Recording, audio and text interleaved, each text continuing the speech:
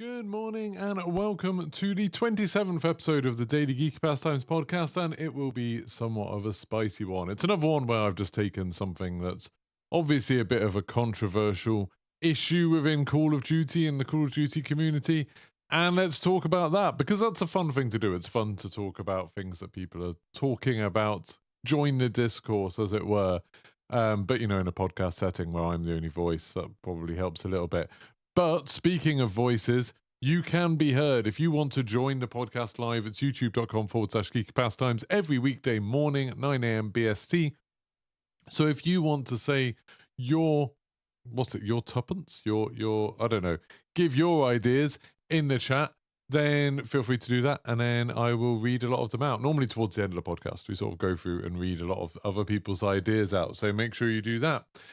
So in today's one, we're going to be talking about loadouts and Warzone, and basically whether or not Warzone really needs loadouts. Now, all of this is just for fun. Like, me talking about this is just for fun. I don't expect developers to be listening to this. I don't expect developers to pay any attention to me, because I'm just someone who plays Warzone. I'm just talking about what I would prefer.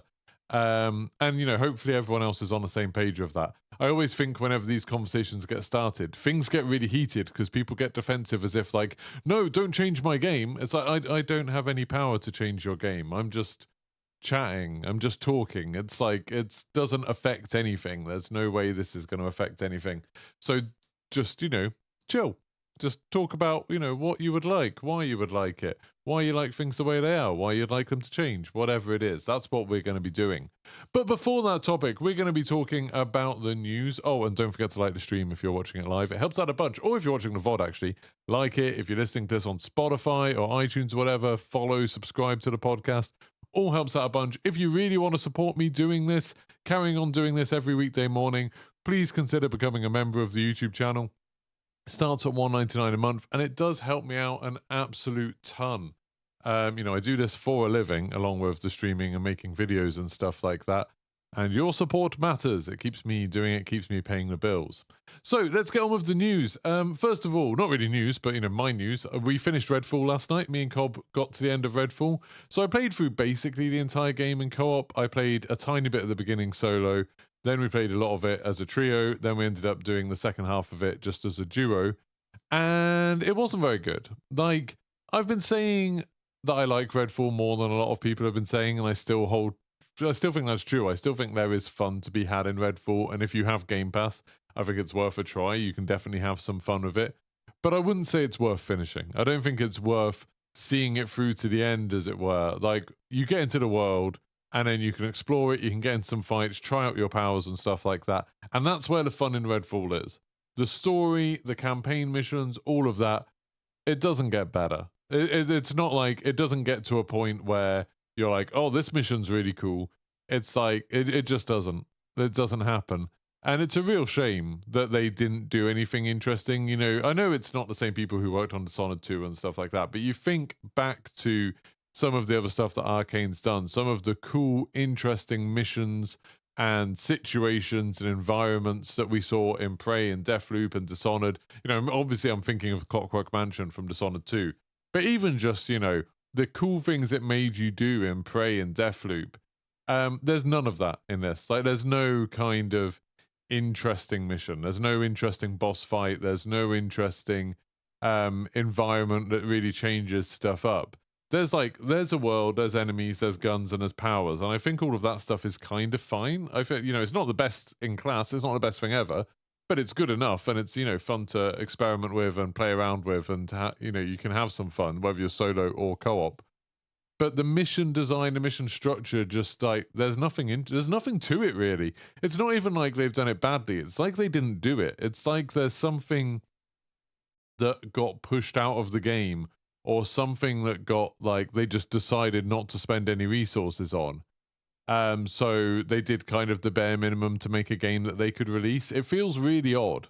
Like, it just feels like there wasn't someone designing the missions, which feels really, really strange. Like, nearly every mission, like the main story missions, feels like a side mission. And, like, there's a bit of dialogue and there's a bit of story. Like, the writing was there, I think.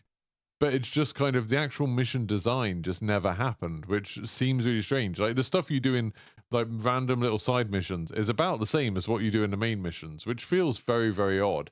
Like the Metacritic is sitting at like 5.6, 56 out of 100. I think 5 or 6 out of 10 as the game is now sounds about right.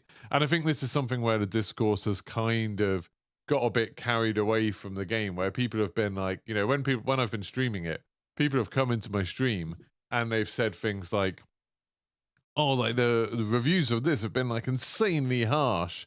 And it's like, I don't think they have. I think the reviews were pretty fair. Like a lot of places gave it like 6 out of 10 or 5 or 6 out of 10. And I think with the game in the state it is now, that's pretty fair.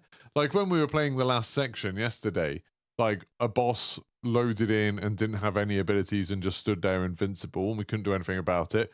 We died, respawned. We actually had to try and find a way to die. And then once we died and respawned, everything loaded in, the mechanics loaded in, it was fine. We had about 4 crashes in an hour, just where either the server kicked us off or we had something happened, like my PC, like it just crashed my PC once. Like there was just a lot of stuff like that happening. We had tons and tons of glitches with AI.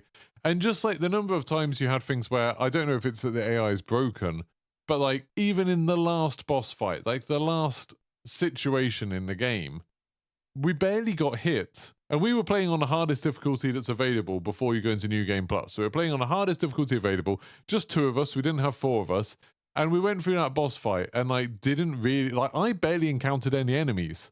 Like I barely saw anyone. I like killed a few enemies at the beginning because obviously by then you've got powers and you can take out a load of enemies very quickly. But it's like I just didn't have like any kind of challenge in that last fight, which felt like a weird anticlimax. But it kind of got like the game just got to a point where it was like, oh yeah, there's like not really anything that's gonna cause you significant problems, which seems like a shame. And then after we beat the game, there's like a New Game Plus type thing where you unlock an even harder difficulty called like Eclipse mode. And we loaded that up and just played through the first few areas, up to where you unlock the hub, like the main bit of the main place where you get missions and stuff. And again, it wasn't hard. Like there was nothing challenging about it. We just played through. Just ran through it. We were like speedrunning it essentially because it was like everything died super fast. So yeah, it's like there's a lot of problems with it. There's a lot of technical problems. The AI seems completely broken. The difficulty just seems like to not be there. And it seems strange. I think like if everything got fixed in this game, if they fixed all of the technical issues and they fixed the AI, which is a big one, which I'm not sure if that's like a design thing or if it is a bug at the moment. If the AI is a bug and they're actually meant to be smarter and they're actually meant to be more challenging, then I could see this game maybe being like a high 6 out of 10, maybe even creeping into 7 if the combat ended up being really good because of that. But I think 6 out of 10 is probably fair. So it's like, yes, I think I've liked Redfall. There's some people being like, Redfall's the worst game ever. Redfall's trash. You shouldn't even like bother downloading it for free. And I'm definitely not in that camp. But the sense of, the real reviews that got posted that were all about 6 out of 10, like 5, 6 out of 10, I just think it's fair. And there's nothing awfully wrong with games existing that are kind of a 6 out of 10. Obviously, you'd want every game to be a 10 out of 10 or a 9 out of 10. But like the idea that some games come out, like they get released and they're fun and they're interesting and that's kind of it. I think that's okay. Like, it always used to be the thing. I always find it weird looking back. I know some people always say like, oh, developers just release trash these days. Developers will release anything, like games release unfinished, games release buggy and stuff like that. And it's like, I'm guessing a lot of those people are quite young and weren't around during like the Super Nintendo, N64, PlayStation 1, like that kind of era. Because we had tons of games that were like that. There were loads of games that came out that were like a 5 or 6 out of 10, and you were like, yeah, it's okay. Like think of all of those like movie tie-in games that you played, where it's like, it wasn't great, but it was like, it was fine. You're like, you could have fun with it. And then you'd have some real gems, and you'd have some games that were like almost unplayable. And I think nowadays, a lot of those games that are basically unplayable, or even a lot of the games that would be 5 out of 10s, just get cancelled. Like at some point quite early on in development, I think they just disappear. Because people realize, it's not worth putting in millions of dollars into something that's not going to do well. So we don't see as many of those games anymore. Whereas in the past, the barrier to publishing something was much lower and less people were reading reviews. The internet wasn't a thing for people to chat to each other about what games were like. So it's easier to get away with bad games back then. Whereas nowadays, I just don't think that happens. Like, you know, in the indie space, you see a lot of terrible games. You see a lot of like really low games. Again, because the barrier to publishing is so low. Like, people might think that their own game is amazing, but they don't have to convince anyone else of that to publish it. So, like, they just put it out. But in the sort of AAA space, we don't really see average games anymore. So I think a lot of people are very polarized into thinking games have to be amazing or they're utter trash. And Redfall isn't. It's just kind of, it's just not great. It's like, it's fine. It's okay. But yeah, it's definitely a 6 out of 10. Seems about sensible. Just what Af was saying, he worked at GameStation during the 360 and PS3 generation. We have thousands of PlayStation 2 games in the basement, mountains of absolute rubbish. Yeah, there was like so many terrible games. I remember like sometimes my mum would be like, you know, she knew I was into games and stuff like that, but she obviously, you know, she didn't know much about it. And every now and then she'd like buy me a game for Christmas, something that, you know, I hadn't asked for, I didn't know about. And it was like, there was, God, like, even all the way up to like the Wii era. So like I was at university by then. And like she'd buy me something as like a Christmas present and be like, what is this? Like I remember getting some emergency services thing and the game was just hilariously broken. And that like came out on the Wii, like that wasn't that long ago. There's just a lot of games that are just there just used to be a lot of crap games that just don't get released now. It's so rare that you get a really truly bad game now, like really rare.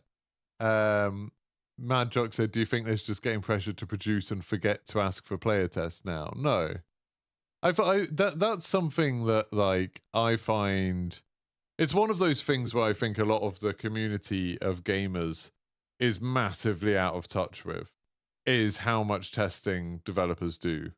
Like, developers will be playing their own game. Like, I would say most people who are working on a game, you know, probably not every like musician and artist, but most of the people who are working on a game, especially a multiplayer game, are probably playing it, you know, like every day, if not at least, you know, a few times a week. And then they have external tests, and obviously the bigger the company, someone like Activision or EA, have external tests where they get other people in. They get reviewers in. You know, so Bethesda like Phil Spencer talked about Bethesda doing that they did have.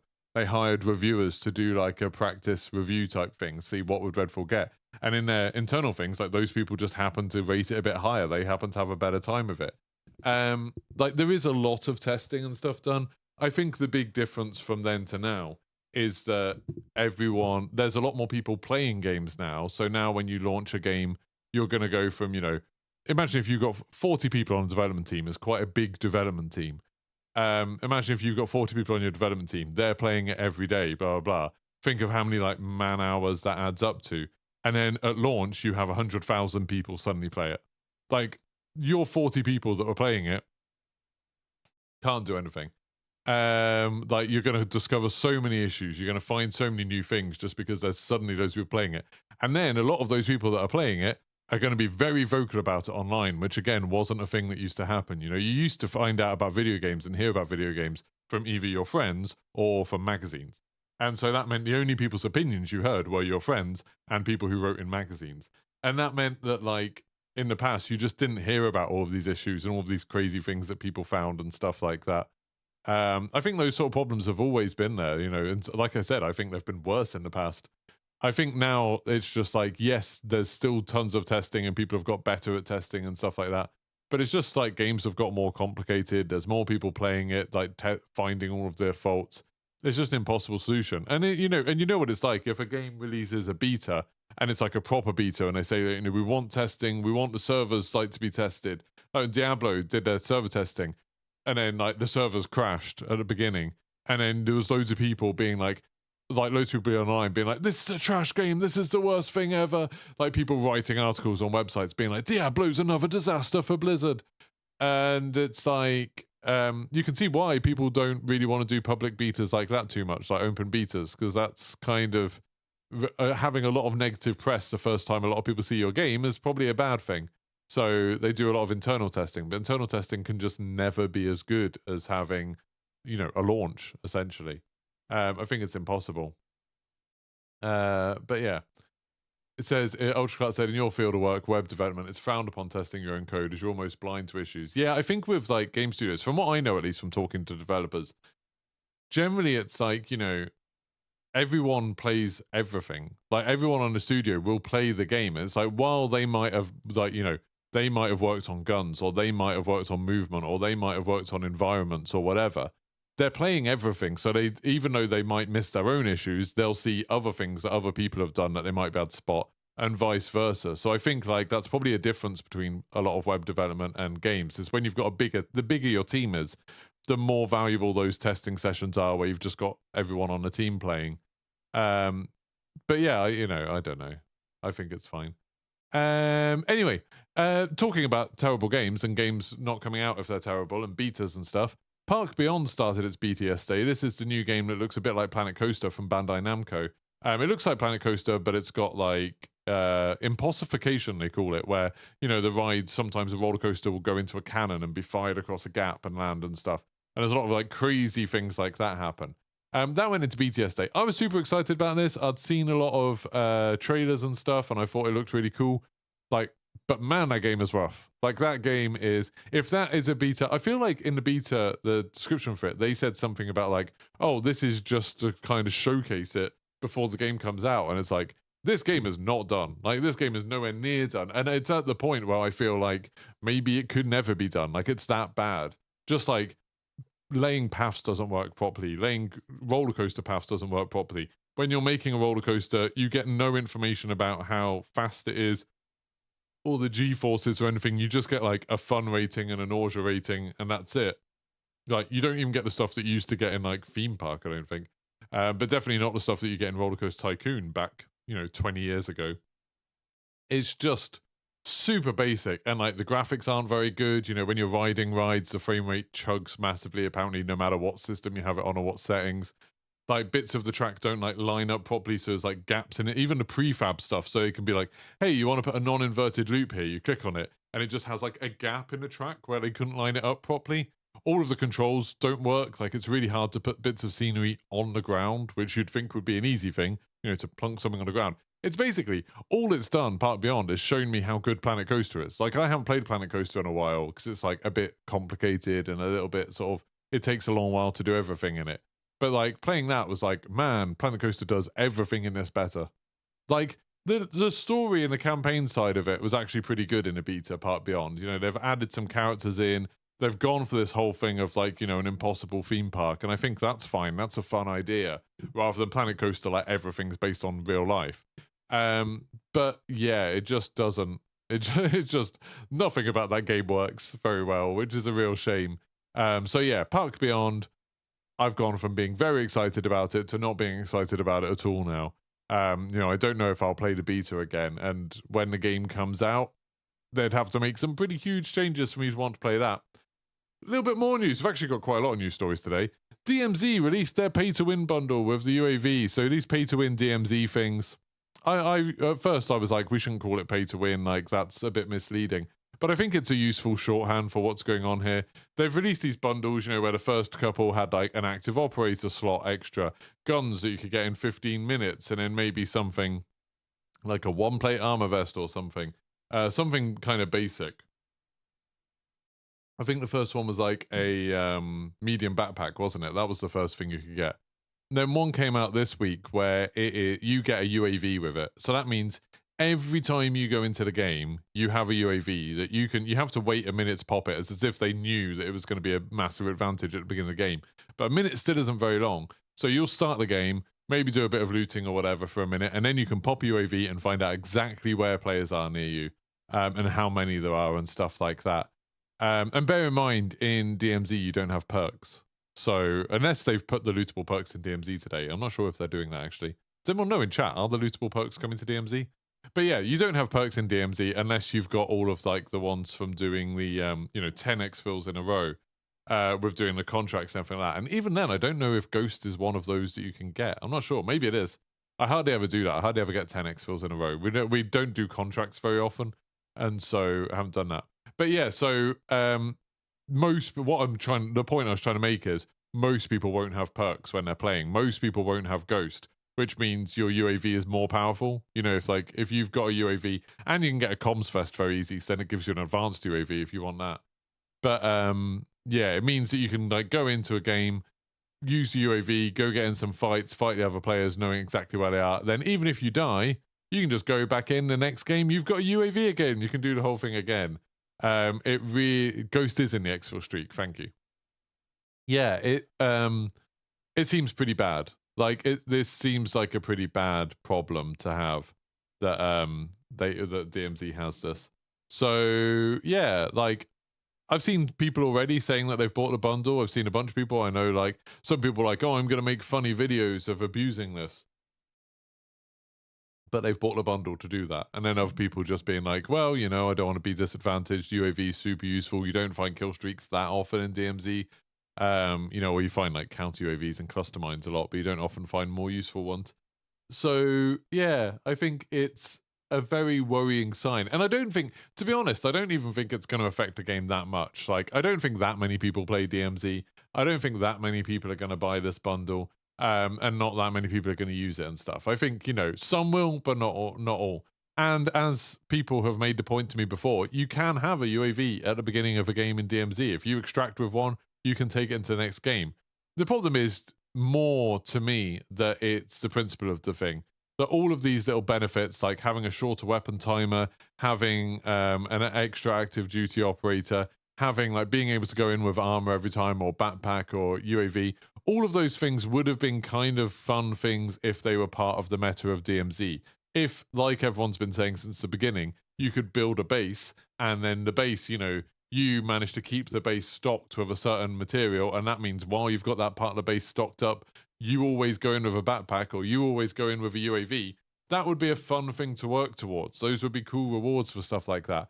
But instead, they've just been like, oh no, just buy it. Just give us 20 quid and you can have it. And that kind of sets a precedent, I think, that that's just how it's going to be from now on. I just think this is what it's going to, like, it makes me think that that kind of metagame isn't ever going to come to DMZ. And instead, we're just going to keep on getting more and more of these things. And obviously, they've got a problem that if they do manage to convince someone to buy one of these operators with one of these benefits, then you've got the problem of like, how do you sell that person new skins? How do you sell that person a new operator? And the obvious answer is you have a better perk. So, you know, we've already seen it. We've gone from like, you get a free medium backpack, which isn't really that much of a big deal. And then it was like, then you get like, you know, a 2-plate armor vest. That's pretty good. What about a self-revive? That's pretty good. What about a UAV? That's even better. You know, how long before we get the 3-plate armor vest coming in a bundle? Or how long before you get something even more ridiculous? I don't even know what could be more ridiculous. Hey, with this operator, you can join as a 6-man team.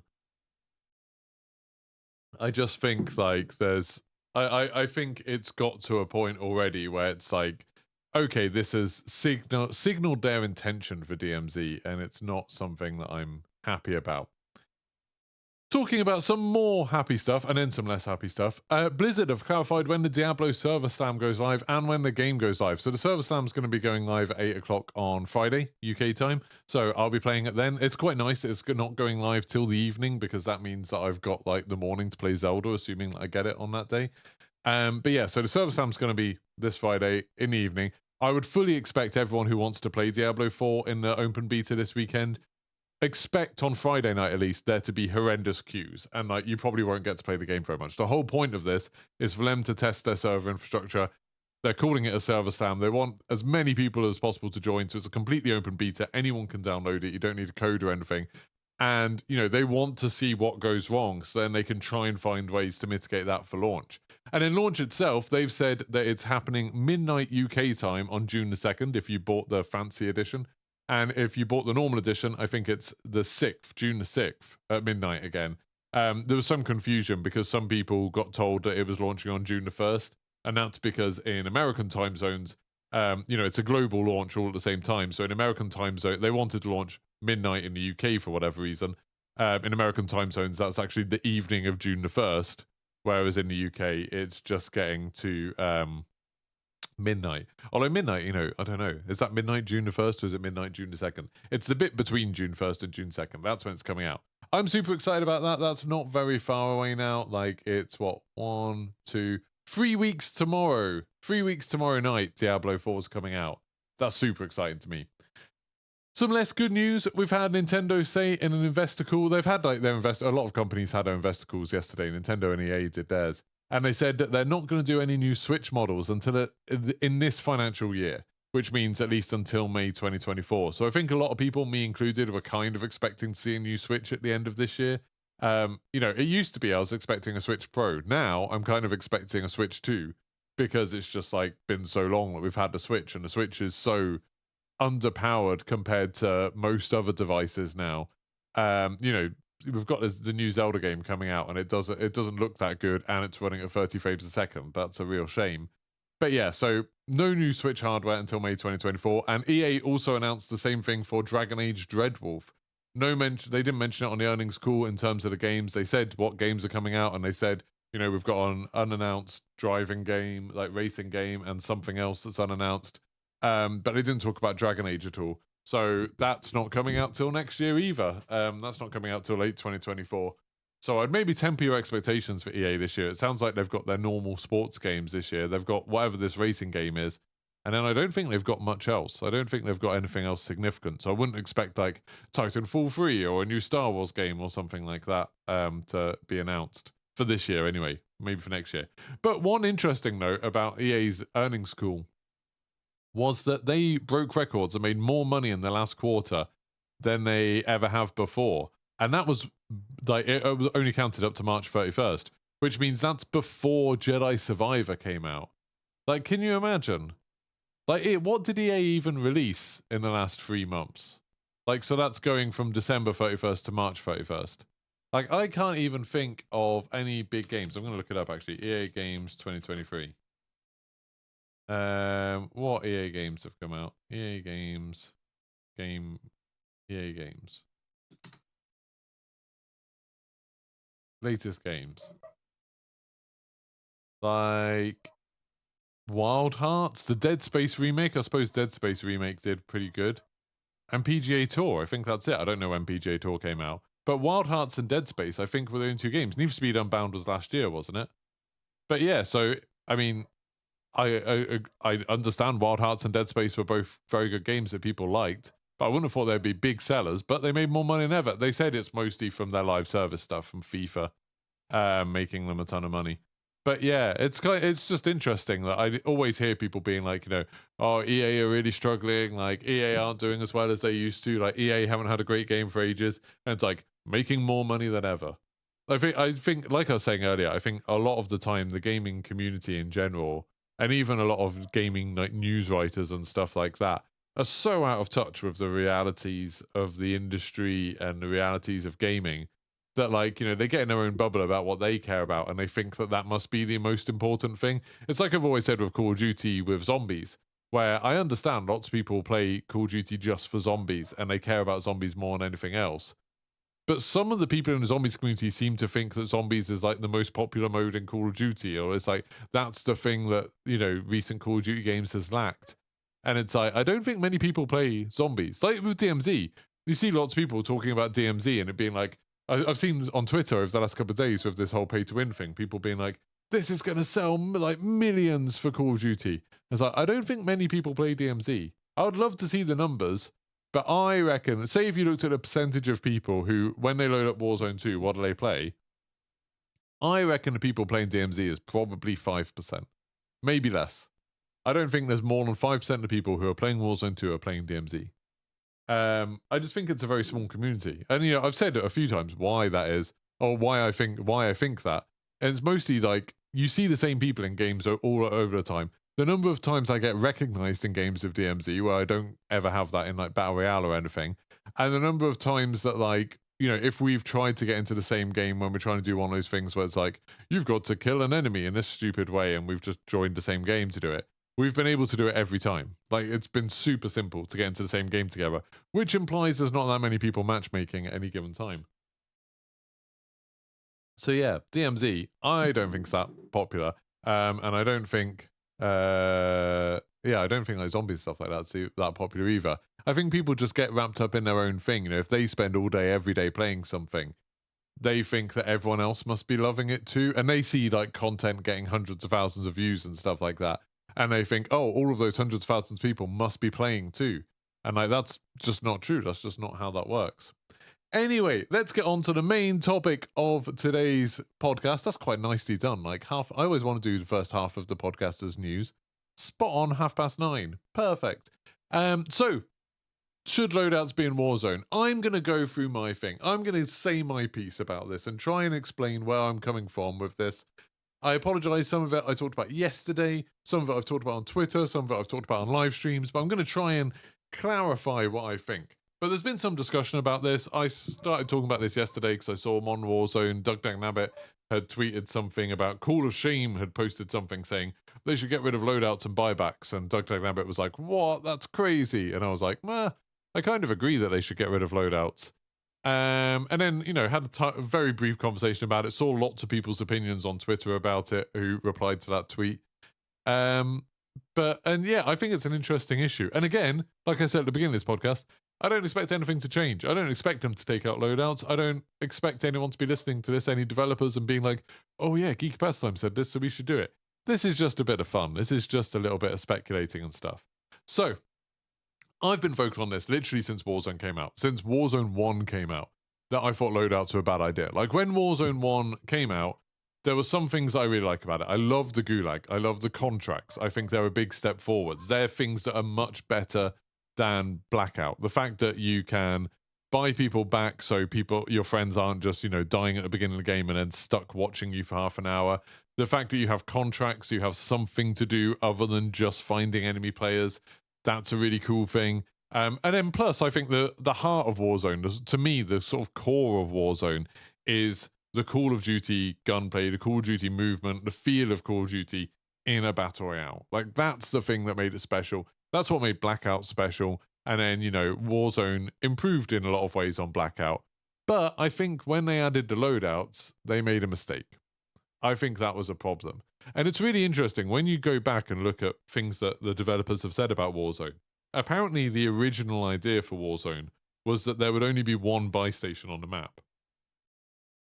And to get your loadout was going to be really hard. You know, you'd have to find enough money and then get to that one buy station and then buy a loadout. And so it would be a kind of unique thing.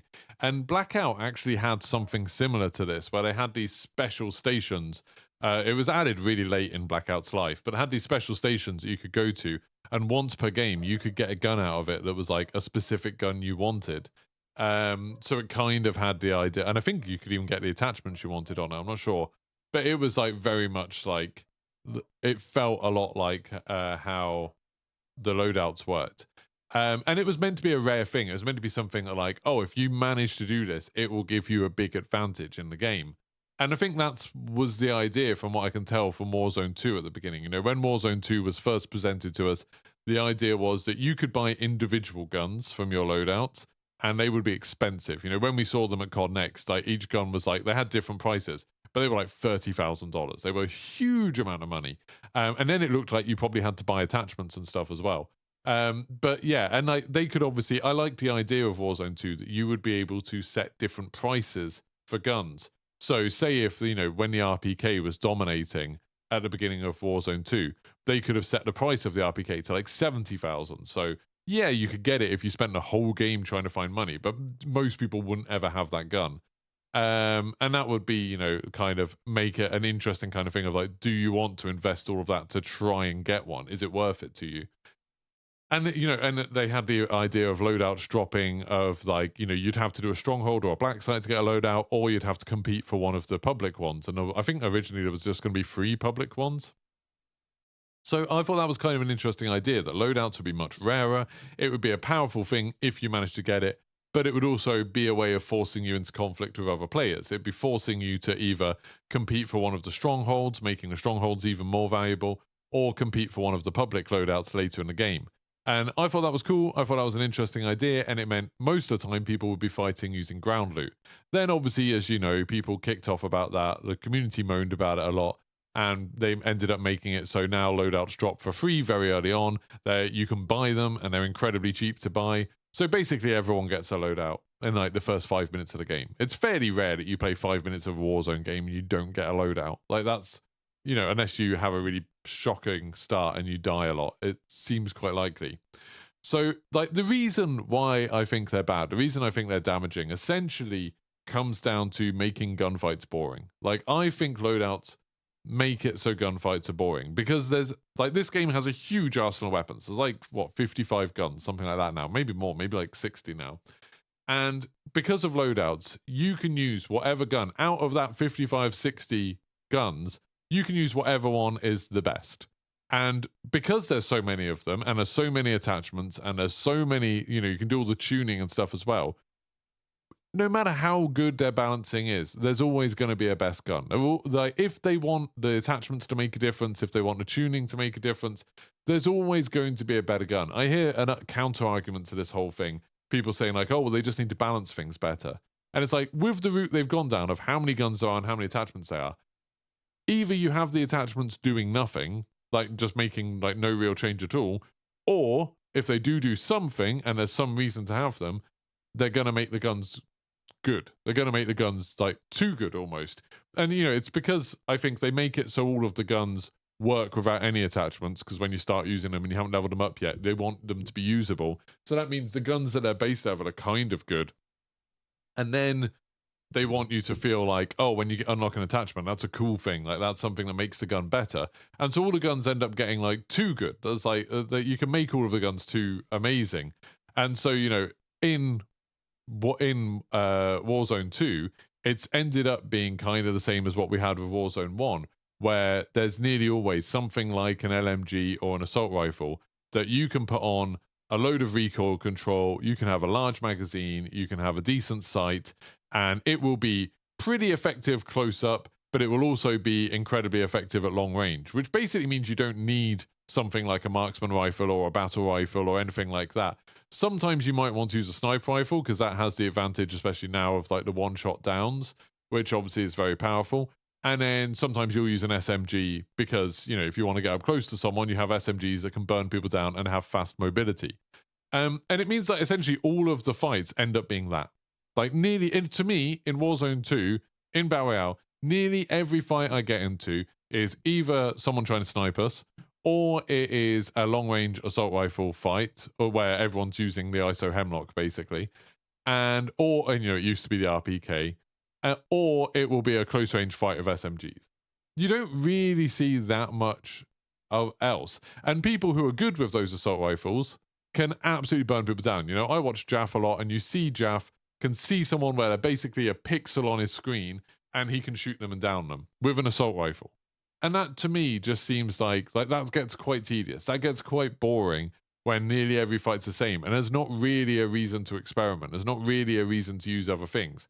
And I see people saying that, like, oh, but I love, like, using Gunsmith. I like experimenting with stuff, finding different guns, trying out different things. It's like, how many people actually do that? How many people spend time going through all of the sort of 100 different attachments on each gun, going through all of the 60 different guns, experimenting with different ranges and stuff like that, and all of the different tuning? And how many people just look up something like True Game Data or whatever JGod says or whatever Charlie Intel says and just copy that? Because I know I do. If I'm going into a game Battle Royale, when I play Ranked later today, I'm 100% just going to be looking at, okay, what's like True Game Data saying is the best gun to use? I'll use that. I'll copy that loadout exactly. I'm not engaging with any of the information about what's on that gun.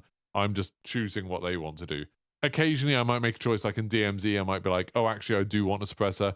Actually, I do want the hollow foam because it lets me see through smoke, so it's easier to kill bots.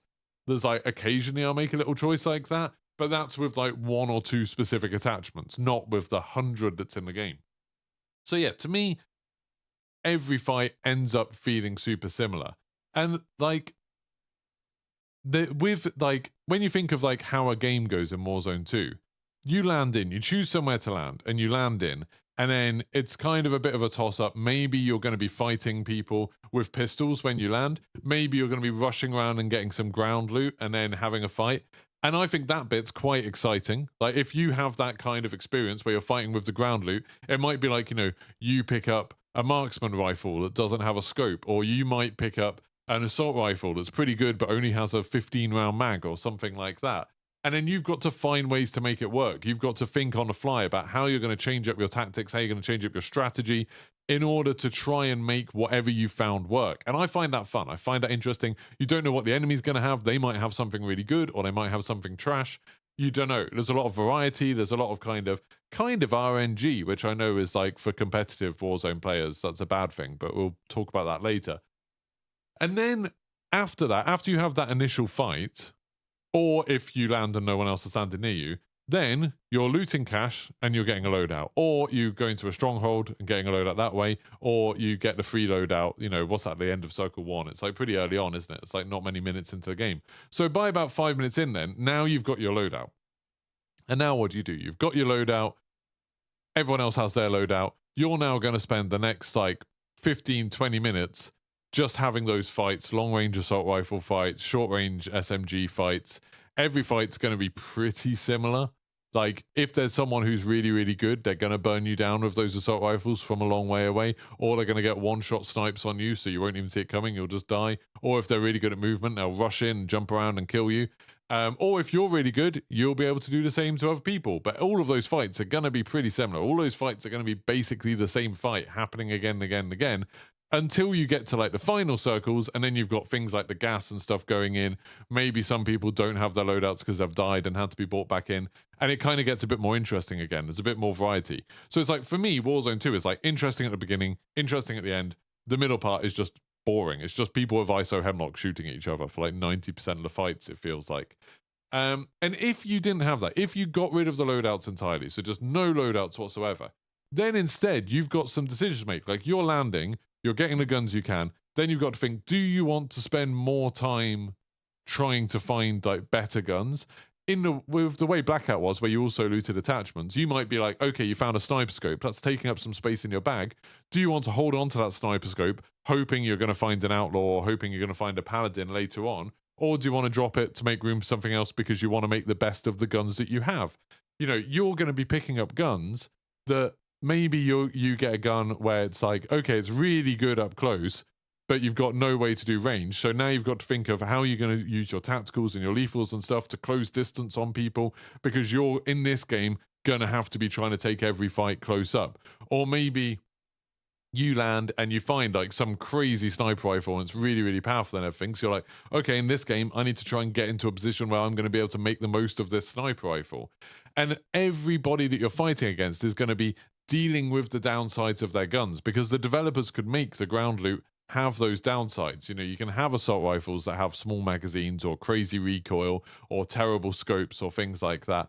And then maybe, you know, the money, you could keep all the contracts and the money and everything like that in Warzone, but have it so you buy attachments. You know, you find a ground loot gun, it's like, oh, this is a pretty good gun, but the scope just sucks.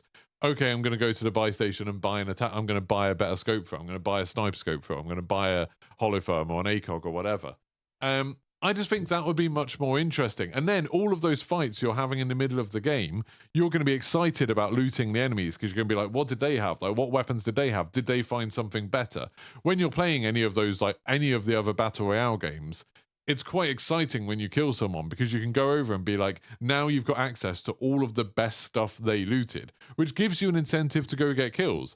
Like in Warzone, if you're just playing for placement, which is what I think will happen a lot with ranked later today, if you're just playing for placement, once you've got your loadout, there's not much you're really getting off other players. Like, there's not much you're gaining. Like, yeah, you can get armor and ammo, but you're also spending armor and ammo to get that, so it's kind of balanced. But you're not like super excited to see what enemy players drop to anything like that. Whereas like if you're just using ground loot, then you've got the whole RNG thing of, okay, what did you find? But then you've got sort of, you can improve your odds by killing other players, because then you get all of the best stuff that they found as well. And that's often like a better way to play. You don't want to go the whole game without killing anyone, because then by the end of it, you're just going to be up against people who have been killing people and like amassing all of the very, very best loot. And I just think that leads to a much more interesting kind of mid-game. That leads to a much more interesting kind of situation. Now, I know there's like people saying, you get people saying, oh, but like, what about regains? It's hard to do a regain if you can't get a loadout. Like, you're going to be stuck with like whatever's left, the dregs of what's been left. And it's like, yeah, you are. And that's kind of your punishment for dying.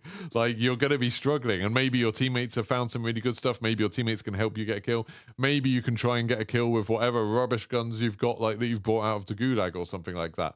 But it would be like a bit of a story. And going back to this idea of RNG and competitiveness, like, I understand that some people like who are into the kind of competitive tournament scene of Warzone don't want there to be more RNG in it. They don't want things to be random. They want to win because they're better, and they want to lose when they're not as good. Like, that's how they want it to be. They want it to be fair, essentially.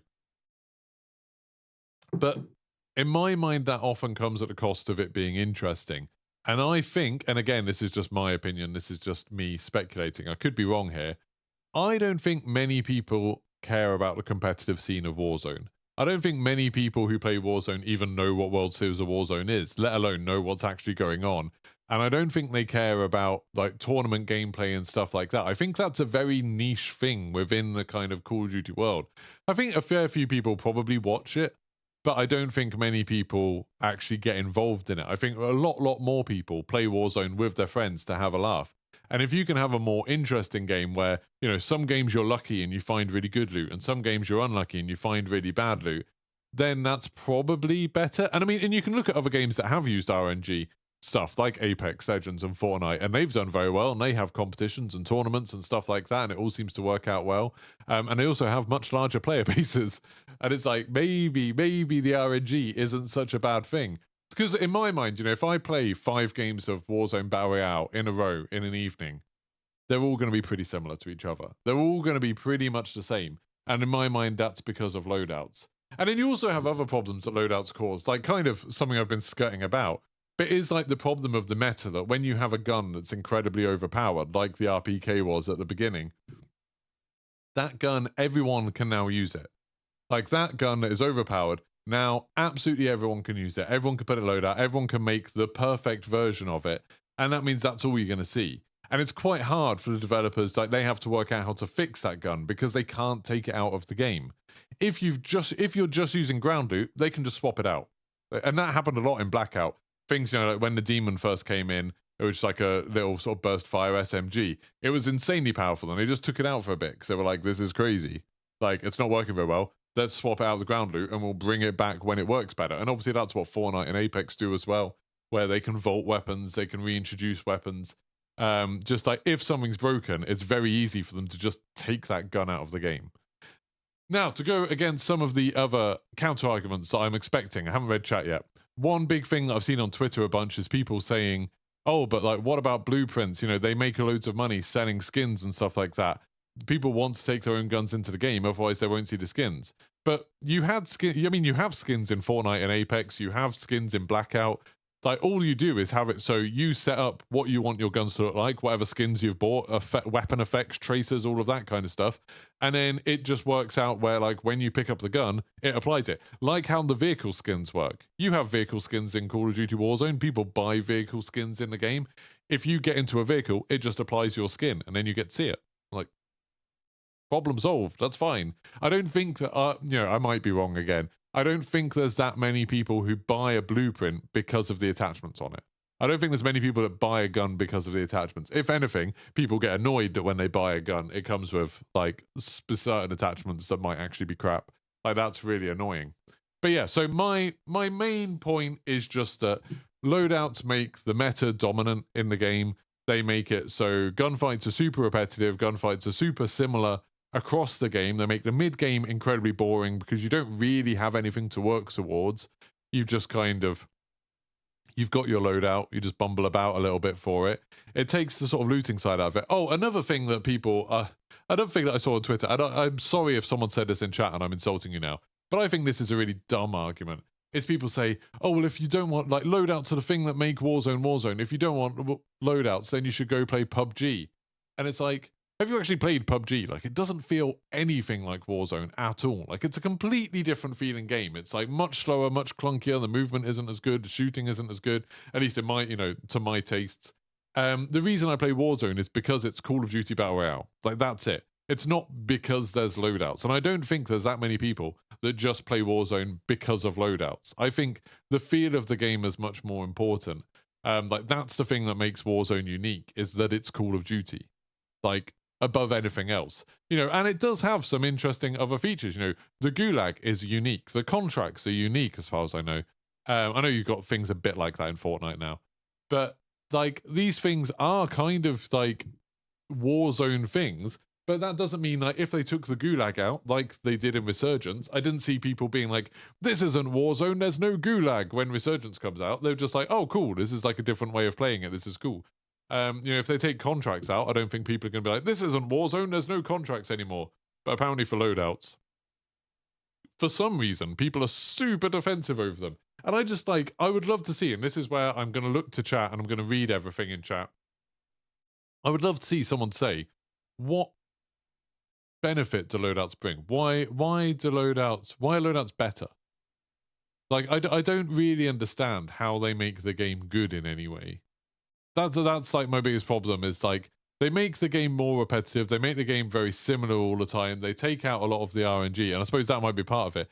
But then if you just want to take out the RNG, why have loadouts at all? Why have looting at all? Just have everyone drop in with an assault rifle with no recoil and, an SMG and a sniper rifle. Give everyone 3 weapons. Give them all of the best weapons. Have at it.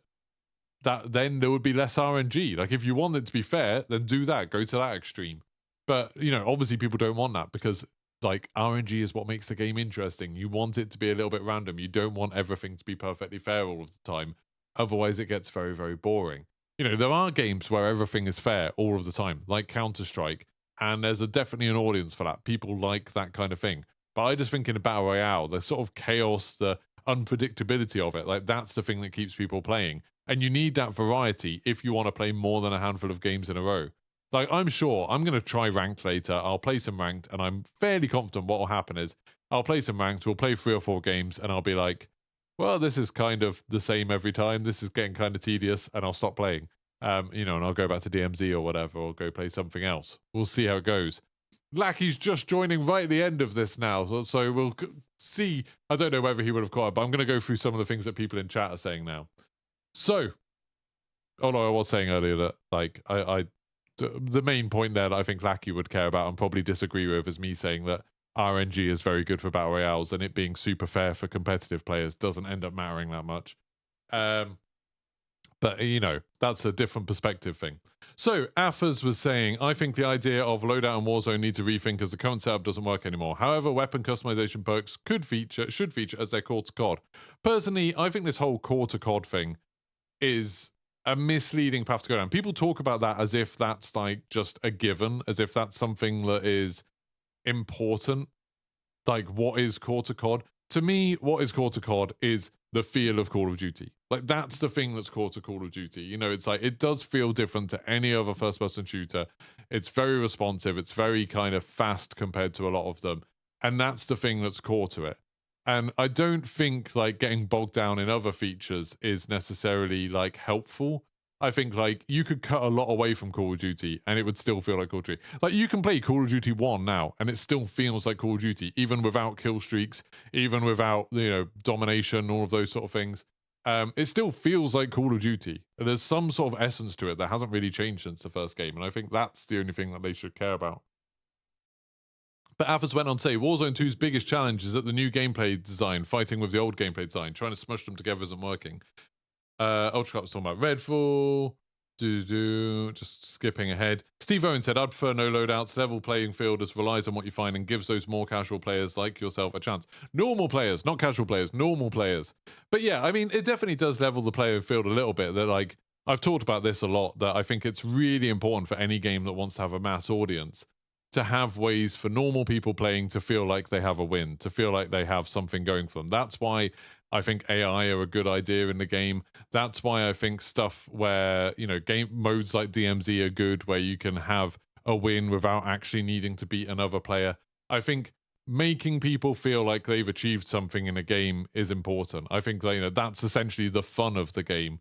And so people who try to make it so, like, I want a game where it's a battle royale and it's 150 people and only one person has fun. You know, I don't think that's a good model for a game, personally. I know you get people being like, but people need to learn to be good. They don't want participation trophies. They need to learn these skills. And it's like, you're playing a toy, like you're playing a video game. It doesn't matter whether you get good at Call of Duty. Like, no one cares about that. You like the real essence of the video game should be, is it fun for more people? Like, if it's fun for more people, then it's good. If it's less fun for more people, then it's bad. Like, that's the way I would look at it. Steve Owen said, flows that don't have the full game, they can't level up the guns to get the relevant attachments to have the best weapons for ages. Yeah, and that's a big deal. Like, I know a lot of my friends don't buy the multiplayer. They don't buy the main game. And so, you know, when they come in and I'm like, oh, everyone's using the ISO Hemlock now. And they're like, the what now? And they don't have it and they haven't leveled it up. And, you know, I have to go into DMZ and give them it. And then they have to spend a couple of games where they're not having as much fun because I have to level it up to get all the attachments. And it's like, I get that, you know, they do that partly because they want people to buy Modern Warfare 2. You know, the cynical part of me is like, that's on purpose, that they make it an unpleasant experience to have to level up guns in Warzone. You know, that's one of the ways they get people to buy it, and that's rubbish. That's a bad way. Well, not rubbish, it's probably true, but it's a bad way for them to encourage people to buy the game. They should encourage people to buy the game by making the game fun. Just going on. Silent Giant said you can watch a few of the Infinity Ward developers play Warzone on YouTube and Twitch, and it can be pretty interesting. Yeah, I mean, I've played a little bit with a couple of developers, and I've always had a really good time. I really enjoy it. I think, like, there's a myth out there that the developers don't play the game.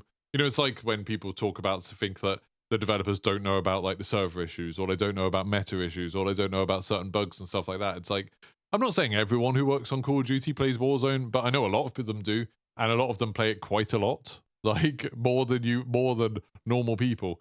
And yeah, I think they are very aware of a lot of that kind of stuff. They might have different views on things, for sure. They might have different perspectives. Often, I think, you know, when people talk about the disconnect between what the developers think and what the community thinks, I always think it's really odd that the community thinks that they're right, because surely the developers have the perspective of someone who plays the game, but they also have the perspective of people who have worked on the game and know how it works under the hood. And they also have the perspective of all of the data. Like, they have all of that information that we guess at. When we guess, you know, why are there server problems? Why is this gun not been fixed for ages? Why is the map this way, or whatever? Like, they know the answers to those things, or at least a lot of the time, I assume they know them. So they just have more information than us. So I would probably trust their judgment more than ours, I would say. Zeph said, if Warzone had a bare bones limited time mode, I would give it a whirl for sure. Ground loot, no perks, but introduce stealth comms and medic vests to the buy stations. Yeah, I mean, I think they have tried with no loadouts and stuff like that. The problem is with limited time modes that the game isn't built around that. Like, you know, they're changing a couple of little things, but the rest of the game isn't built around it. So they don't often quite work in the same way it would if Warzone had been built without loadouts, if Warzone 2 had been built without loadouts. And you know, they go away, so they don't ever attract the audience. So a lot of the time, they'll do a limited time mode, put it in for a week. People don't play it as much because they're used to playing the normal way. And then they're like, well, look, you know, that isn't as popular. And it's like, oh. And then occasionally they do it with something like Iron Trials, the Titanium Trials, and more people play it, and they're like, oh, wait, that's really good. And then for some reason, they don't bring it back for like a year, which is very strange to me. I remember talking to Ted Timmins in person when I met him in London. And that was just after Titanium Trials had come out, and he was like, yeah, it's like crazy popular, like way more popular than we thought. And I was thinking like, oh, that's cool, because I was really enjoying it. And it's like, since then, nothing, no more Titanium Trials. I've got no idea why that sort of stuff happens. Again, they probably have reasons. Dave said, I'd like to see a limited time mode where you have one pre-built gun from each weapon category to choose from, so everyone who wanted an assault rifle or SMG had the same ones. I mean, that's kind of what I'm saying in terms of what the loadout thing would be, what the ground loot would be. But I think one of the biggest problems with Warzone and Modern Warfare in general, you know, just Call of Duty in general, the problem with the gunsmith is that you can make guns too good. Guns don't have a downside. I really liked it at the beginning of Modern Warfare 2 when people were talking about like, oh, attachment guides and stuff like that. And at the very beginning in the beta, people were like, the guns are better without attachments. And people started realizing that each of the attachments had a really significant downside. So it's like, yes, you could have a sight you wanted, but it'd mess up your ADS time. Yes, you could have a bigger magazine, but it'll mess up your reload time. And it was like everything was a playoff. And I thought that was way more interesting, like trying to work out what things were worth it to you for your playstyle, but accepting that it was making the gun significantly worse in other ways. And then for some reason they backed away from that, and now we've ended up, you know, with the same things like when we used to have the growl being able to like shoot people from across the map with no recoil or anything like that. Now we've just got the same thing with the ISO hemlock, and it's like, it's just, I hate the way people seem to want the guns to be better and better and better, because I just think it makes fights more, like, it makes fights more boring, makes them less interesting. I think guns should always have significant downsides. They should, if you see someone using a specific gun, you should be able to think, oh, okay, well, they're going to be crap at this. You know, like, if you see them using a gun, be like, okay, well, they're going to have like a really small magazine size. So as soon as like, if I can bait them into shooting a bit, then I can go in and take them out because they're going to have a long reload or something. Or I know they've got a really long ADS time, so if I can rush them, then I've got a better chance against them. Or I know they've got terrible recoil, so if I can outrange them and I've got a marksman rifle, I can actually take them down. I need to back off because they're not going to be able to hit me. But the guns in Call of Duty don't work like that, because when you see someone is using a gun or you hear a certain gun, you've got no idea how they've set that gun up. And chances are they've got some setup where it doesn't really have a weakness. You know, what's the thing? What's the way to play against someone using an ISO hemlock? It's good at basically everything. And if you get up close, they'll just switch to an SMG anyway, so it doesn't matter. It just makes the fights less interesting if guns are all good. And I know, like, you know, people could argue for realism, but I honestly don't care about realism. Of course, people make guns as good as they can be in real life because they're selling a product. Like, in the game, it's much more interesting if everything has a significant downside. Like, I don't want there to be jack of all trades guns. I think that makes the game very, very boring. Are we back to... oh, sorry, Dr. Dynamite said, how about one loadout, you die, your weapons despawn, and you can't loot other loadout guns? Yeah, I mean, maybe, yeah, like, I still think you're still getting into the same problem of, like, why have loadouts at all? I don't see how loadouts in that situation are making the game better at all. Alpha said, are we back to the point that we broadly seem to agree on that Warzone, DMZ, and multiplayer need to be separated? Oh yeah, 100%. Like, I mean, obviously, it would be better if Warzone ranked, Warzone unranked, DMZ, and multiplayer were completely different to each other in the same way that multiplayer and campaign are completely different to each other. But it's not going to happen. Like, it just can't happen. It would be better. I think the developers would all agree that would be better. Everyone who's playing it agrees that that would be better. But it's not something that's feasible. You know, like, you think they're obviously coming up to the edge of what's feasible right now in terms of releasing fairly significant updates every month, trying to keep the whole live service running Warzone and DMZ and multiplayer and like all the ranked stuff. Like, they're obviously struggling, and they're like one of the biggest, most, you know, profitable companies in the world, and they're still struggling with all of that. I think the idea of asking them to, like, oh, you know what you should do? You should make 4 completely separate games. It's like, it's just, you know, it's not going to happen, sadly. It would be better, but I just don't think it will ever happen. Aaron Parker says, makes games too repetitive. Yeah, that's what I agree. Stephen Owen said, doesn't Warzone ranked mode have some of the things people are moaning about? Locked buy stations, just one loadout, once per squad. I've got no idea. I don't know what the Warzone ranked mode rules are at all. I haven't watched... I know a load of creators got, like, to play it early and got to make videos about it, but I haven't watched any of them yet. So, sorry. Lackey said, RNG is actually pretty good for Battle Royale as long as the loot isn't cheesy. I honestly think the biggest issue for competitive Warzone is nonsense like cluster mines and RPGs and claymores. I still, like, I mean, I still think RPGs and claymores and stuff like that are fun. I can't speak for tournament play and stuff like that, but I know just like playing the game, if you get a kill with a mine, if you get a kill with an RPG, it feels funny. It's like not an easy thing to do all the time, but it's very entertaining. And, you know, it gives people a chance to play, like people who aren't so good at aiming, people who don't have such fast reaction, stuff like that.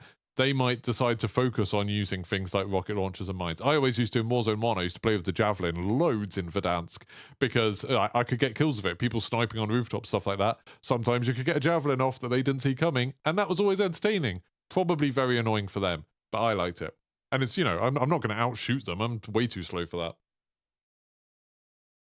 Alpha said competitive Warzone will end up in the same place CDL with banned weapons and gentlemen's agreements. I don't think they'll ever get gentlemen's agreements. I mean, maybe in World 2's Warzone, nothing else. I think all of that stuff is a bit silly. I just think like they ought to just have, if the games aren't actually separate, they should just have whatever's in the game in the game. I don't know. I'm sure there's a good reason for it, but when I read all of the stuff about how many things are banned in CDL, I'm just like, oh, for God's sakes. Getting tedious. It just makes the game more boring. I don't watch CDL because I do find it quite boring.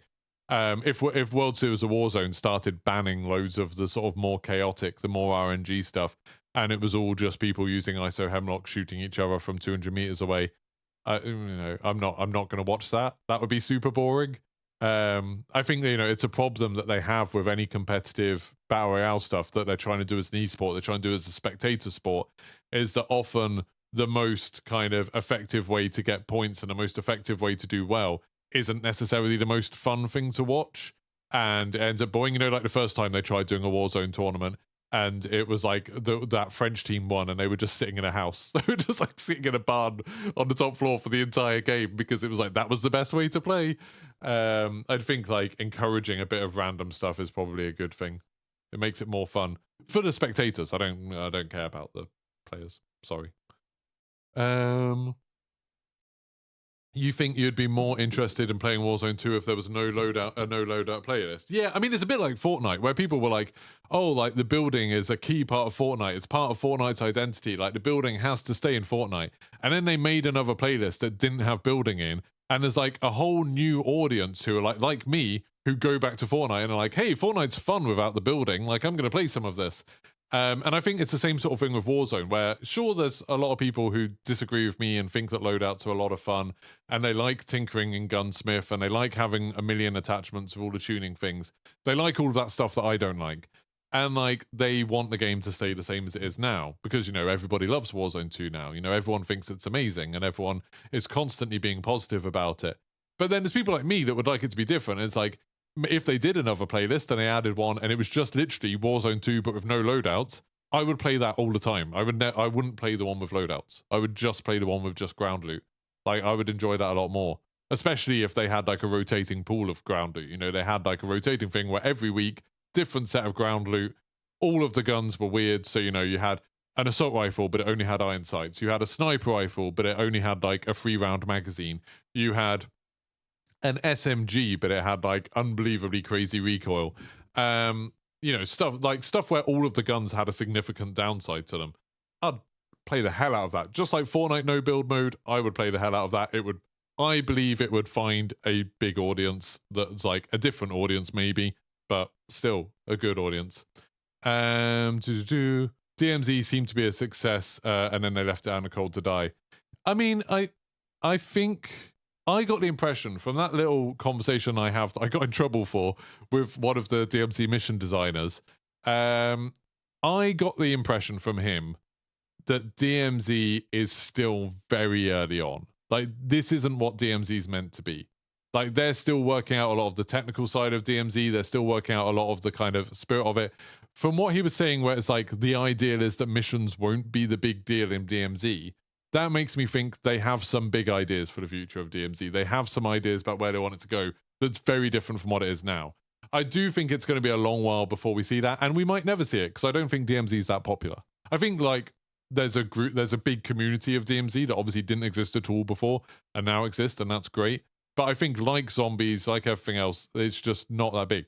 Same thing as like with Black Ops Cold War when they did Outbreak, and it's like Outbreak seemed really cool, and it seemed like a good way of them doing zombies. It got a whole new group of people playing it. It was really interesting. And then Vanguard Zombies came out, and it's like, no Outbreak, nothing like Outbreak at all. And it's like, oh, okay, so you tried this new thing that seemed like it was promising, seemed like it was getting better and better, then nothing. And I do think DMZ could be that. DMZ could be something where it's like, it just hasn't picked up enough players. It just hasn't picked up enough attention to justify the investment in it. And so it just stops at some point. I think that's definitely possible. Jaff said, in his opinion, DMZ will die with pay to win. Yeah, I mean, I still think, like I was saying earlier today, I still think the number of people that buy those pay to win bundles will be very, very low. I think it won't really affect many games very much. But to me, it's like, it's the principle of it, and it's the precedent of it, of like, okay, that's the direction they're taking DMZ, is you want advantages in this. We're not going to give you an interesting meta progression. Instead, we're just going to sell you those things. Like, that sucks. And if that's like just what they carry on with, that will be the death of it. Like, the idea of it will be the death of it. Like, it will suck. I think, like, with how successful it is, Lackey, I genuinely, and I talked about this a little bit the other day, I think the reason DMZ is so successful is because it lets people win. It lets people, nearly everyone who goes into a DMZ match can win. They can go into it, they can get a mission done, they can get a little bit of a better loot, loads of teams can extract, they can go in and they can have a good time win. Same reason Plunder's so successful with some people. People can go into Plunder and they can level up some guns, or they can get a load of kills, or whatever happens, they can win. And the problem with Battle Royales is that people don't feel like they're achieving anything. Lots of people will go into Warzone and they will drop in and they will die in the first fight they get into.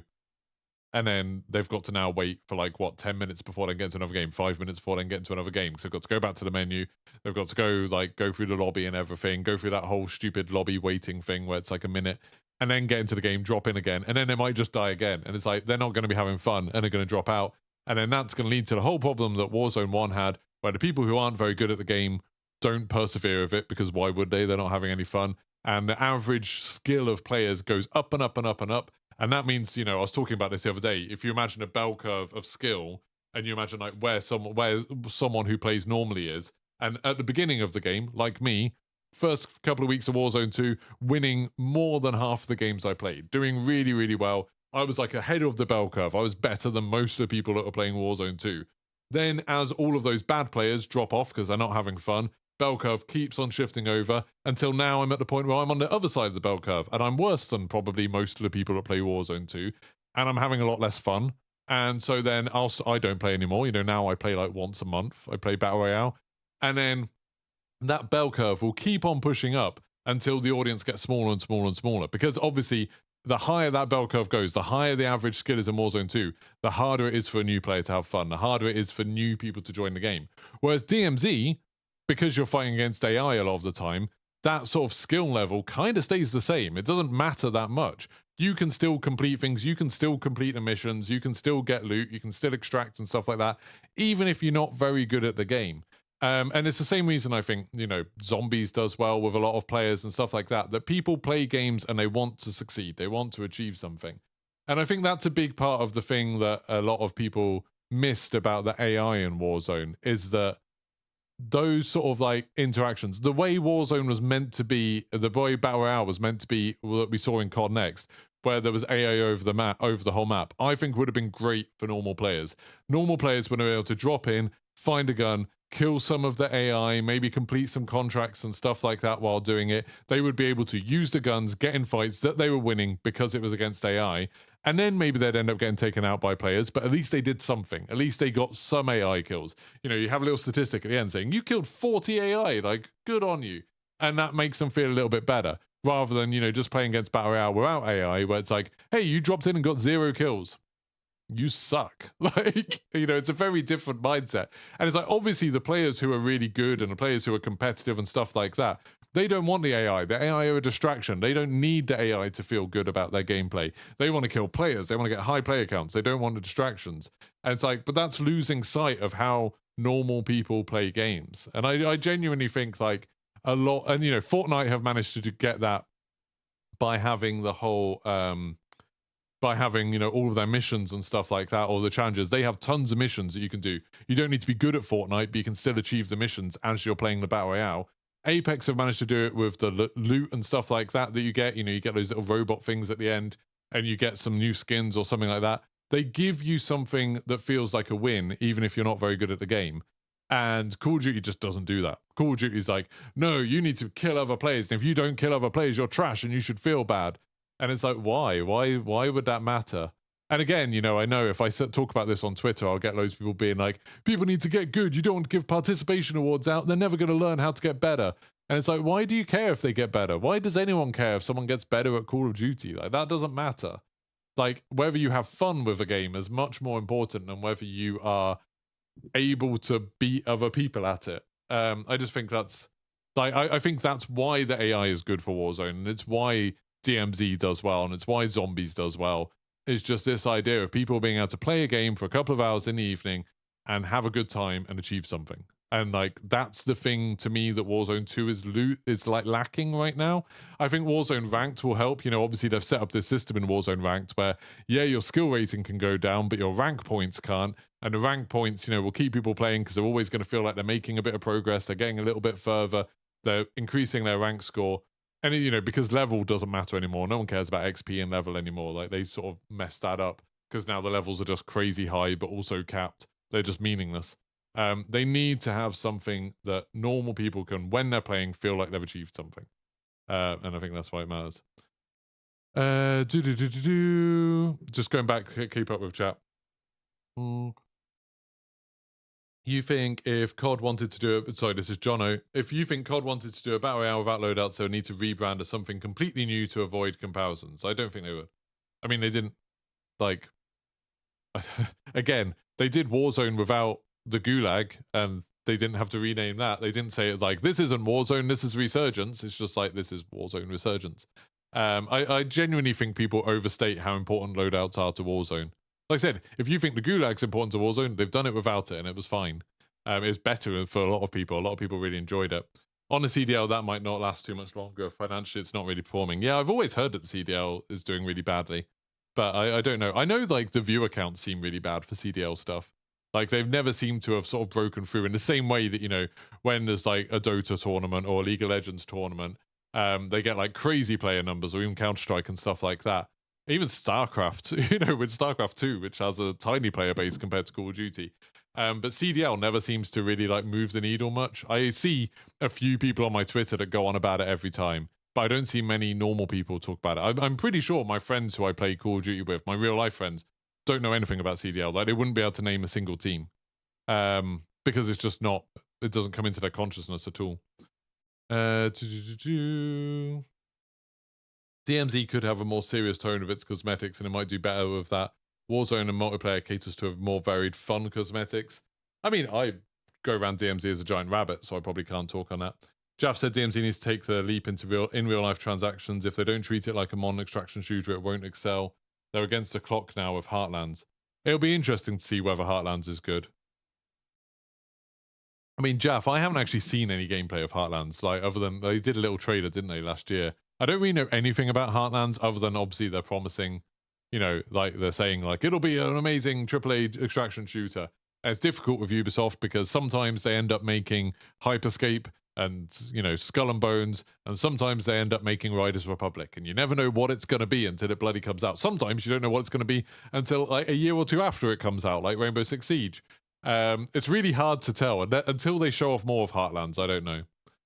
Do you think DMZ will be a paid DLC when out of beta? No, Nicholas, I don't. I think it'll stay free to play. I just don't think, I just think it might be like Plunder and Outbreak and stuff where we might end up with years where it's not there. I think it might go away for a long time and then come back at some point, possibly. We'll see. I think DMZ still hasn't shown its hand. That's what I'm trying to get at, is I think DMZ, there's still a core part of it that we don't know about, that isn't there. And I think that will be like a make or break thing. I think some point this year, we will get some extra component to DMZ that will change it fairly dramatically. And if that does well, then DMZ will continue and be a big deal. And if it doesn't do well, it will quietly die. We'll see. And I'm entirely basing that on that developer saying that the mission shouldn't be the most important thing in DMZ. Warzone 1 had a really cool limited time mode with no loadouts and really good ground loot weapons. I just don't want good ground loot. That's one thing I think I disagree with a lot of people who also don't want loadouts. I don't want good ground loot. I don't want Call of Duty to have good guns. I want them to have bad guns because I think that's more interesting. All of the guns should be bad. Like, just, I think it makes the game much more interesting when guns are bad. Like, Halo's a really good example of that, where Halo, all of the guns are bad, except for, you know, the sniper rifle and the rocket launcher, but then they're really rare and have very limited ammo. But, like, the guns in Halo are bad. The assault rifle is super bad at getting through shields. The plasma is very bad at doing damage to health. The plasma pistol, you know, one shot take out a shield, but you have to charge up. It takes ages. And that's what makes fights more interesting in it, is like, because the guns are bad. So you've got to play around those problems. If the guns are too good, it just makes it boring. You don't have anything to think about. It just ends up being just about how well you can aim, which I think that's where Warzone 2 is at now. It's essentially how well you can move, how well you know your positioning, and how well you can aim. It's like entirely a kind of, there's no variety in that. It's just like you have these core 3 skills, and how good you are at that determines whether you win the games or not. And if you don't want to improve better at that, if you don't want to get loads of experience, if you don't want to practice hours and hours a day, you're just going to lose out to people that do. And that's it. There's no kind of RNG and variety in the fights there. Make Warzone 2 solos buyback petition. Oh, I'm skipped something. Oh, there we go. You can still get you can still get missions done and get wiped by another team and still have felt like it's a good round. Yep. AI makes the game harder for everyone, Jaff says. I don't think that's true. I think the way I was talking about this the other day, I did a podcast thing where it was all about like why AI are in Warzone. I think like we've ended up with the worst of both worlds because people complained about the AI so much. So now the AI are only in strongholds and black sites, which is the place where the normal players, the people who maybe aren't as good at Warzone, aren't as likely to go, or they're likely to have to come up against really good players. So it means they don't get the advantage of the AI. They don't get the advantage of being able to kill the AI to get a bit of loot, being able to feel like they've got that win. Like when we were talking about in that episode, we were talking about Titanfall. Titanfall did a really good job of that with the attrition game mode, where there's loads of grunts and stuff, and they're nowhere near as good as you. And the game reinforces that you know you're a pilot, you're on a different level to them. But you can take them out, you can get points, you can help your team. And players who aren't so good at fighting other players still can feel like absolute heroes because they're killing loads of these grunts and reapers and things like that. And they could still feel like they're doing something positive and they're helping and things like that. In Warzone, that I think is what it was meant to be like when there was going to be AI all over the map. That, you know, you could land, you'd end up in your first early fights would often be against AI. You'd kill the bots, you know, with your pistol or whatever, and then get better guns, and then you'd slowly get way more powerful than the AI. But then you'd hear other players dealing with their own AI, and then, you know, you'd have that decision about whether you avoid them or whether you go and fight them while they're distracted. And it kind of would lead to lots more interesting situations. But the main thing that I was going on about is that for normal players, they would always feel like they were at least beating someone. Even if it was AI, it doesn't matter that it's AI. And I know lots of people are like, but that's pathetic. Like, they're just beating bots. Who cares about that? It's like some people just want to kill people.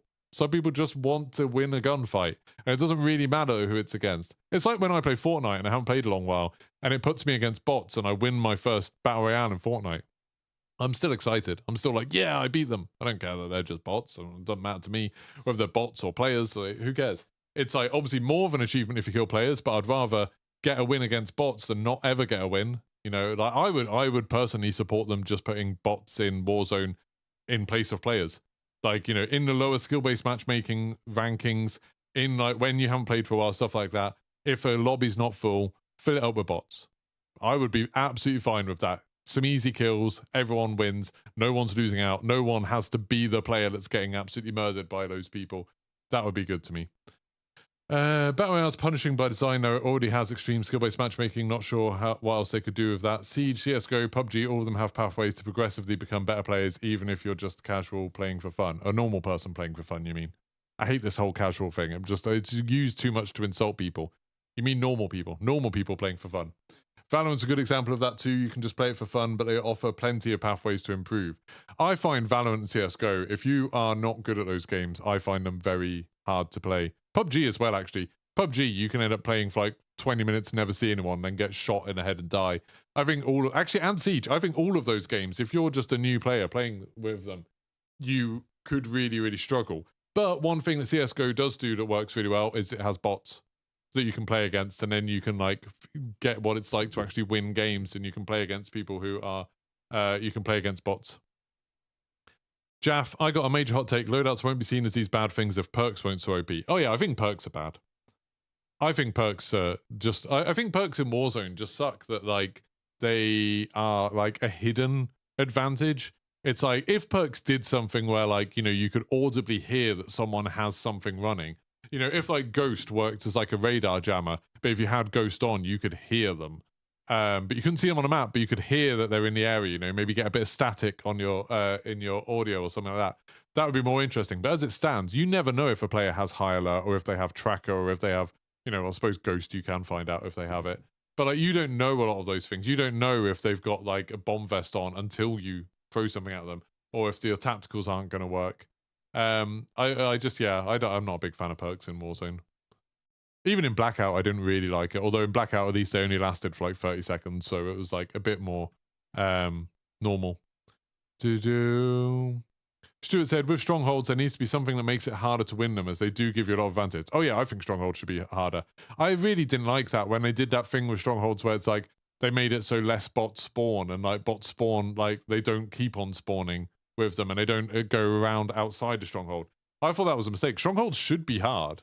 Like they're so easy at the moment. It's like when you're watching like Jaff and Lackey and that lot play, and they can like all die, respawn, and come back in just with like a pistol and go straight to a stronghold and take it. And it's like that stronghold should be something you need to gear up and then go to a stronghold. Like it should be rough, I think.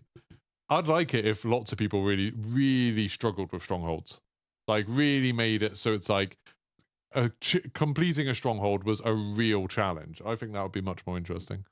Like I said, all of this doesn't matter because the developers aren't listening to any of us.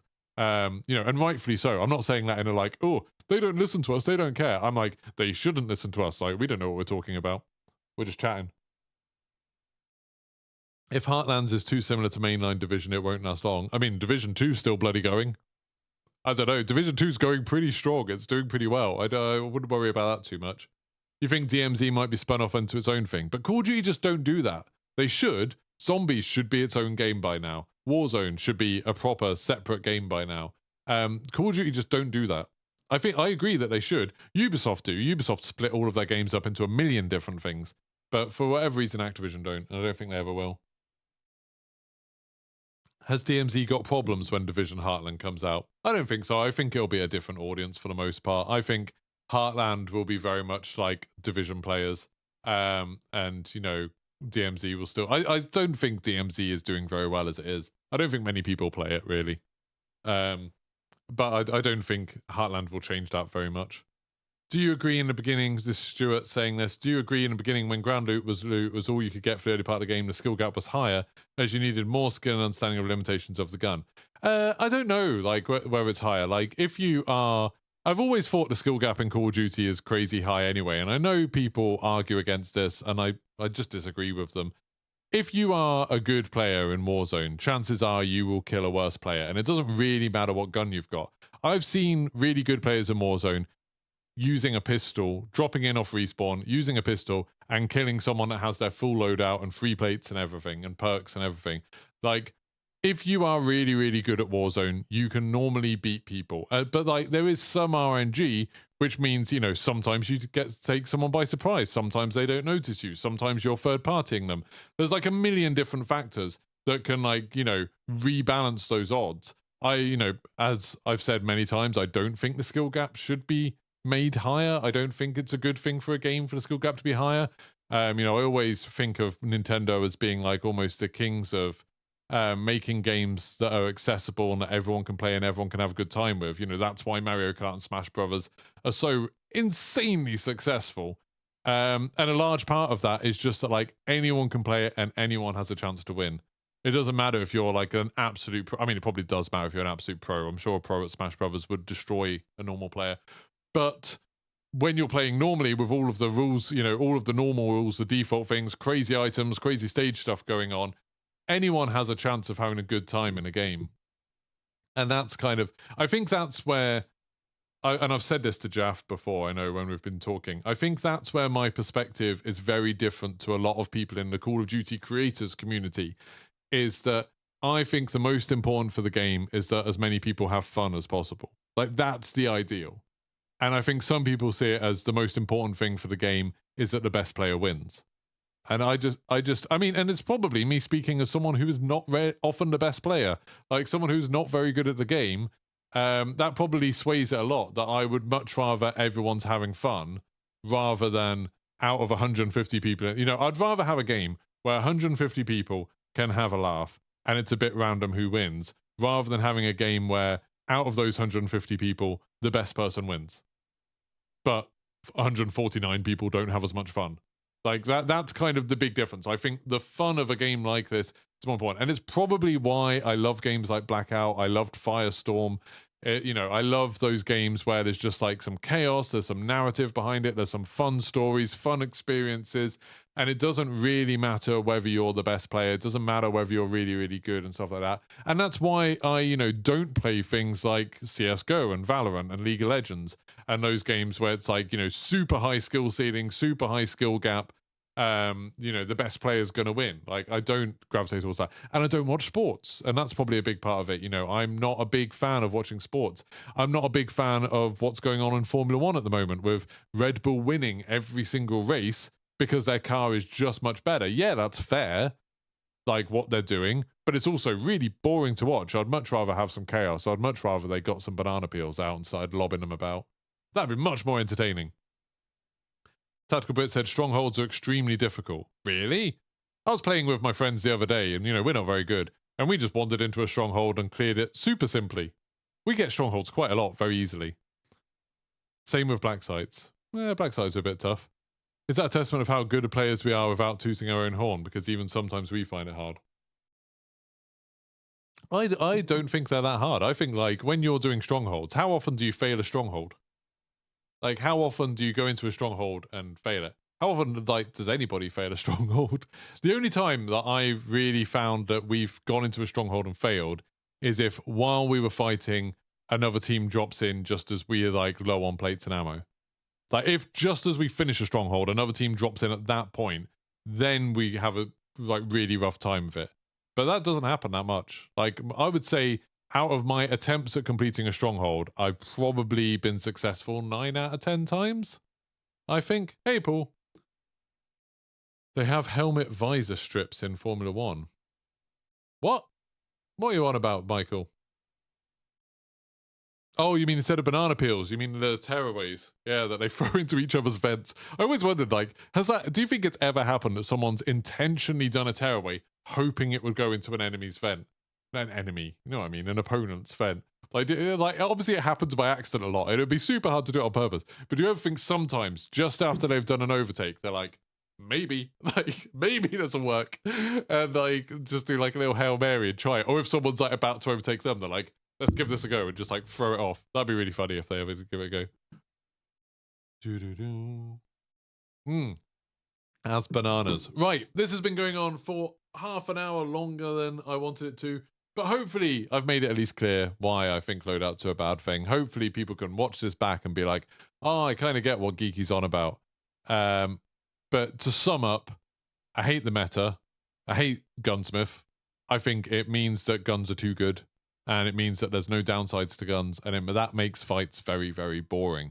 I want all guns to be bad. I want all the guns in Warzone to be bad guns with significant problems. So you're essentially choosing the problems. Like, you're choosing the issues you want to have to deal with. And I think RNG in Battle Royales is a very good thing because it makes the games more interesting. It makes the games more varied, which makes it a lot of fun. And so, to me, that's much easier to create that sense of, like, having varied, like, gunfights, having a varied thing, having varied, like, gameplay, if you have a rotating pool of ground loot where every gun has a significant drawback. I think that would make the game so much more fun. But they're not going to listen to me, so it doesn't matter. Right, I'm going to be coming back to stream at 5 o'clock is when the new update goes live. I'll download the new update. I've heard it's only like 9 gigabytes, so hopefully it won't take me very long.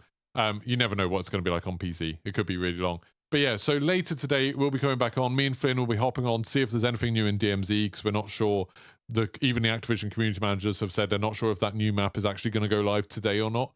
It might be a couple of weeks from now. So we'll see if there's anything new in DMZ. We'll maybe play a little bit of Warzone Ranked. We might give that a go, see what it's all like.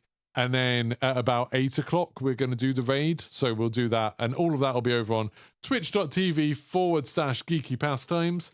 So go check that out. Go give me a follow if you haven't already. I'm just going to leave the link in there. Twitch.tv/Geeky Pastimes. Go check that out. And during the day today, I was going to do a video, but I might instead just play Age of Wonders 4 all day because they sent me a code for it and it looks really fun. So I might head on over to Twitch in a bit and go play Age of Wonders 4 for like a bunch of time. So thank you very much to everyone who's chatted. Thank you very much, Lackey and Jaff, for stopping by. And I will see you all tomorrow morning if I don't see you later for the stream. Goodbye.